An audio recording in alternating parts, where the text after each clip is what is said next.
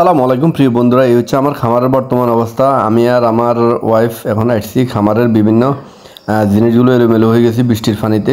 আর আমার এখানে পেঁপে গাছ, সবগুলো পেঁপে গাছের উপরে পানি উঠে গেছে। আর আপনার 4 ইঞ্চি পানি উঠলে আমার খামারের ভিতরে পানি ঢুকে দেব। তো এখন আমার এই মুরগিগুলোকে কী করা যায়, এটার আমার ওয়াইফের নিয়ে আসে যে এখানে একটা প্রস্তুতি নিতে হবে। মুরগির যদি আপনার ভিতরে পানি ঢুকে যায়, মুরগিগুলোকে কীভাবে রাখবো। এখন ভিতরে আপনার বাঁশ টাস দিয়ে মাছা দেওয়ার একটা ব্যবস্থা করতেছি। তা আমি তো একা ফার্মু না, আর এই মুহূর্তে আপনার কাজের লোকও ফার্মু না। এই জন্য আমি আর আমার ওয়াইফ আমরা দুজনে আসি খামারের ভিতরে কিছু কাজকাম করতেছি। আর কি করা যায় না করা যায় একটা দিক নির্দেশনা দেখতেছি যে কীভাবে কি করব।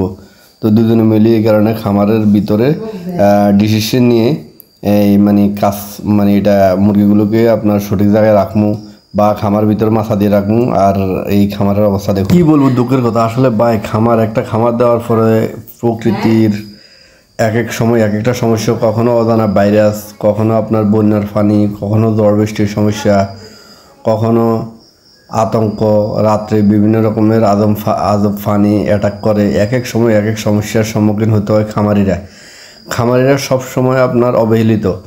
বা আপনার মুরগি বিক্রি করবেন, হঠাৎ করে আপনার মুরগির দাম কমে যাব, বা হঠাৎ করে আপনার ডিমের দাম কমে যাব, খাদ্যের দাম বাড়িয়ে দেব। এইভাবে খামারিদের জীবনটা আসলে এইভাবে চলে। সবসময় প্রকৃতির সাথে লড়াই করে এরা বাঁচতে হয়। এদের সবসময় এক এক সময় এক এক সমস্যা নিয়ে এদের থাকতে হয়।